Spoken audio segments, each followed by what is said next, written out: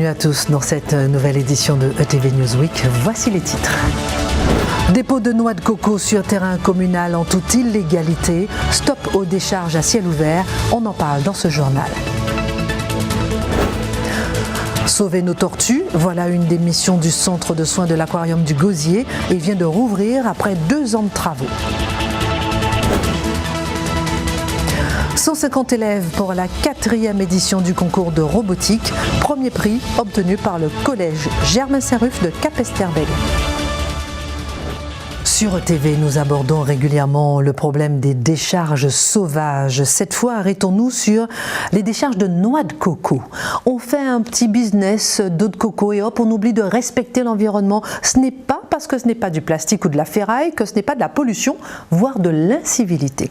Regardez ce reportage de Marius Mathieu. Des cabris livrés à un festin de chair de coco. Jusque-là, tout va bien. Sauf qu'ici, ce sont des centaines de kilos d'écorce de noix qui s'accumulent depuis quelque temps.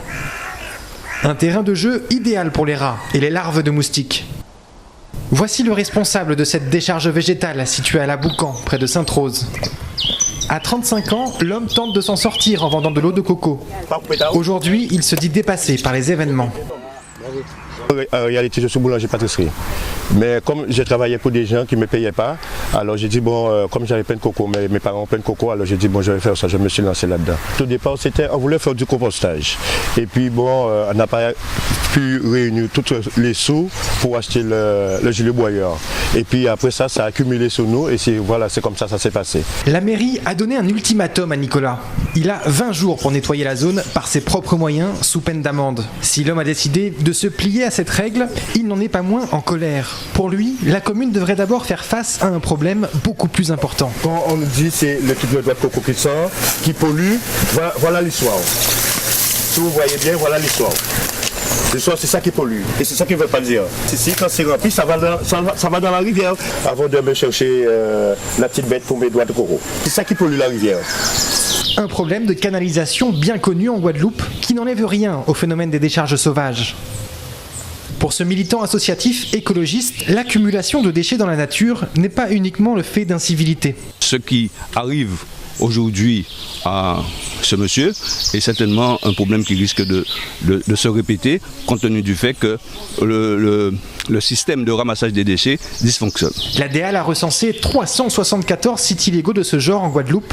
Désormais, comme Nicolas, il pourrait être beaucoup à devoir nettoyer. Je vous propose maintenant une plongée au cœur de l'aquarium du Gosier, plus précisément au cœur du tout nouveau centre de soins à l'occasion du sauvetage d'une tortue. Le centre avait été fermé pour travaux pendant 2 ans. Reportage Marius Mathieu. Il est 9h devant cette clinique vétérinaire de Sainte-Rose. Dans ce bac blanc, Marianne transporte une créature des Caraïbes particulièrement fragile. Une jeune tortue à écailles retrouvée sur une plage de la Guadeloupe dans un état plus qu'inquiétant. Ses chances de survie sans l'intervention de l'homme étaient minces. Je pense qu'elle a une bulle d'air dans les poumons. Le vétérinaire référent du centre de soins va refaire une radio. Il y en a une qui a été faite il y a 3 semaines pour voir si au niveau pulmonaire elle va mieux et voir si derrière il faut envisager une opération ou si ça va se résorber tout seul. À travers son association en lien avec l'aquarium de la Guadeloupe, Marianne a pour mission de prendre soin de la faune maritime. Pour soigner les reptiles marins, elle a fait appel à l'un des vétérinaires spécialisés de l'archipel.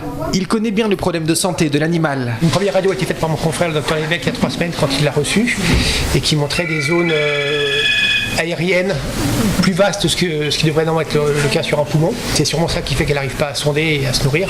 Et donc là, on va contrôler au bout de 3 semaines si ces zones sont toujours les mêmes ou s'il y a eu une amélioration. Pour la tortue, direction la salle de radio. Loin de son univers habituel, le reptile semble se laisser faire. Après quelques minutes, le verdict tombe. Ce qui est pas trop normal, c'est cette zone qui avance et qui est une zone un petit peu trop grande en surface par rapport à ce qu'on doit avoir normalement, mais qui est déjà moins marquée que la fois d'avant. Le diagnostic est rassurant. La tortue sera placée en observation en attendant que le problème de bulle d'air se résolve. La créature marine peut retourner à son bac. Ses jours ne sont plus en danger grâce à l'intervention de l'homme. Pour Marianne, il s'agit du premier sauvetage d'une longue série, particulièrement utile sur l'archipel. Année normale, on va accueillir entre 10 et 30 tortues sur l'année. Un peu plus les années où il y a beaucoup de sargasses, puisqu'effectivement les sargasses sont des pièges pour les tortues marines qui se retrouvent, notamment les tortillons se retrouvent complètement piégés, emmêlés dans les sargasses. Et donc on se retrouve souvent à avoir 7, 8, 10 petits tortillons qui sont en soins quelques jours, vraiment juste pour une phase de récupération. Et après on peut avoir dans l'année entre 5 à 10 grosses tortues. Un animal qui a un capital sympathique et qui est extraordinaire, que ce soit sur les tortues, les coraux ou les herbiers ou les poissons. Voilà, j'y apporte autant d'attention et de regard bienveillant, on va dire. Très bien. La tortue âgée d'environ 5 ans pourra bientôt retourner dans la mer des Caraïbes. Certains spécimens de son espèce ont une espérance de vie de plus de 50 ans. Restons sur les tortues. À Déhay, elles peuvent ne plus venir pondre à cause d'un restaurant. Le Caracoli se serait installé au-delà de son autorisation et occuperait le domaine public maritime sur la plage de Grand-Anse. On ne sait toujours pas si le restaurant se pliera aux règles ou s'il obtiendra, comme certains, une autorisation d'occupation temporaire du domaine public. Regardez ce reportage de Grégoire Tuitman. Sur l'une des plus célèbres plages de Guadeloupe, c'est un restaurant emblématique. Le Caracoli se retrouve au cœur de l'actualité. Suite à une mise en demeure de la DEAL, le restaurant avait jusqu'au 23 février pour démonter cette terrasse construite sur le domaine public. Sa potentielle disparition inquiète ce touriste canadien.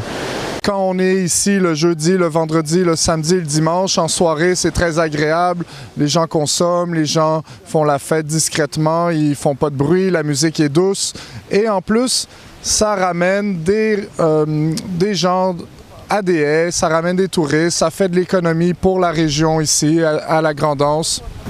L'association Le Gaillac est la première à avoir déposé une plainte dénonçant cette occupation.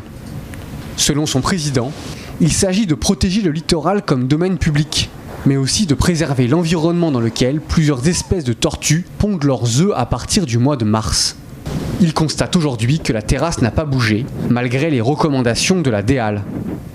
Tout le monde devrait avoir accès à cette zone qui est du domaine public, pour venir déjeuner le dimanche en famille, etc.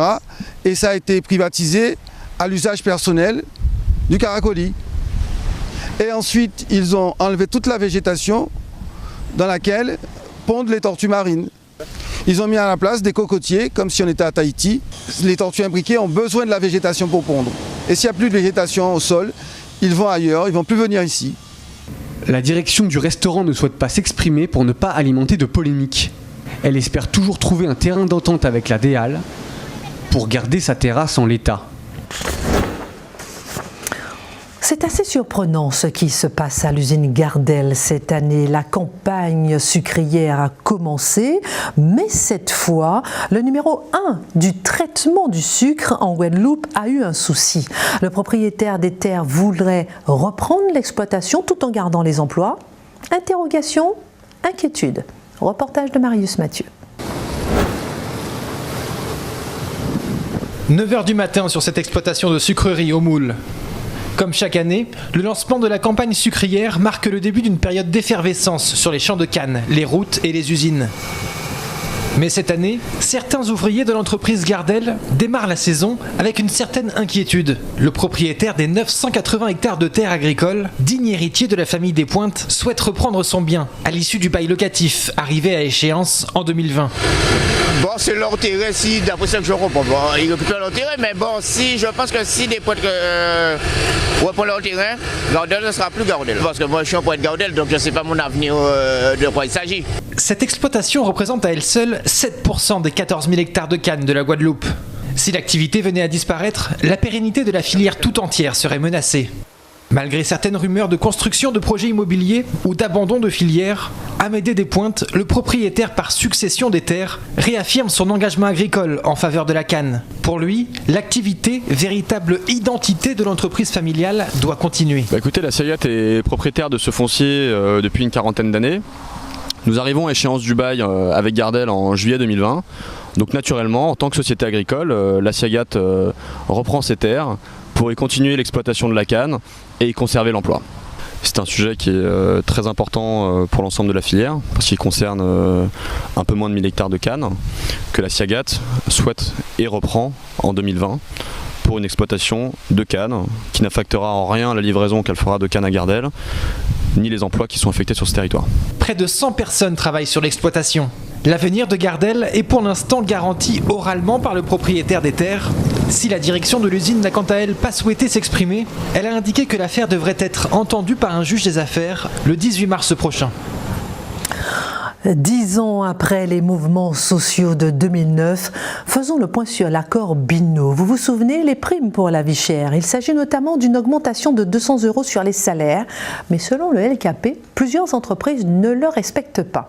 Reportage Camille Riroual.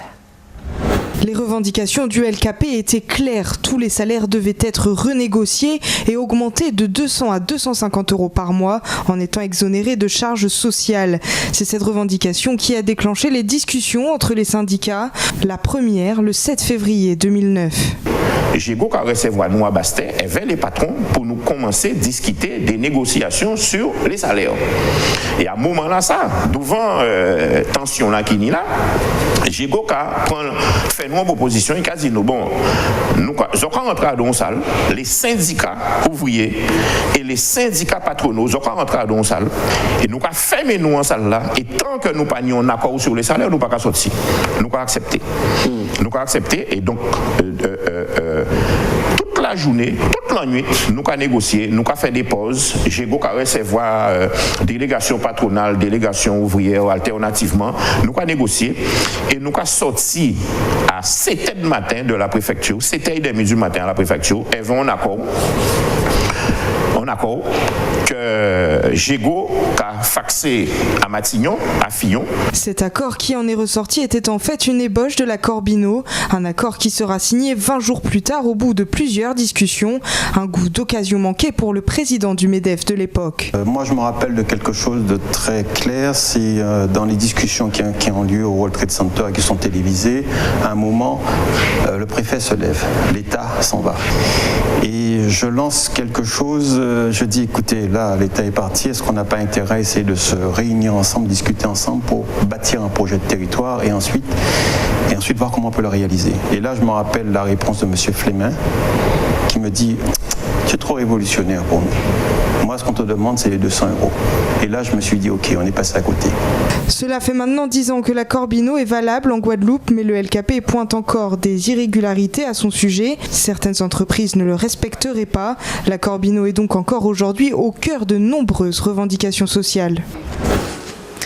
Dernier week-end de carnaval, Mardi Gras arrive la semaine prochaine et mercredi décembre dans la foulée, l'occasion de se défouler pour beaucoup et de se laisser aller pour certains. Ce petit lâcher-prise des plaisirs sexuels se fait ressentir sur des naissances en augmentation 9 mois plus tard ou des consultations au planning familial pour des avortements quelques semaines après.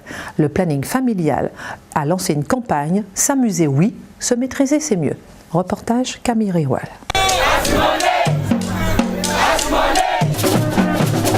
On en retient souvent la musique et la bonne ambiance, mais le carnaval est aussi une période de libération et donc d'inhibition. Selon un rapport de 2017, il y aurait un lien entre la saison carnavalesque et l'augmentation du nombre de grossesses, parfois non désirées.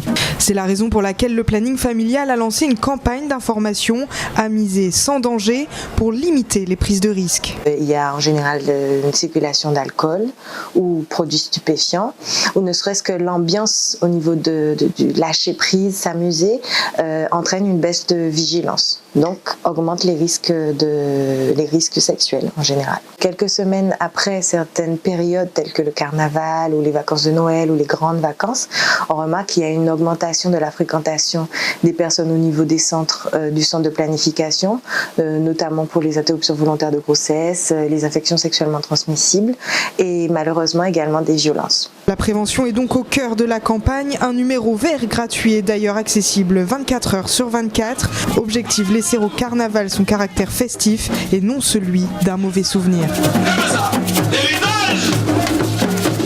Ainsi inciter les élèves à construire des robots, les programmer, imaginer, innover. Voilà l'objectif du concours de robotique, c'est la 4e édition. Le thème cette année, en orbite. Reportage Grégoire Tweetman. Programmer un robot est-il un jeu d'enfant ?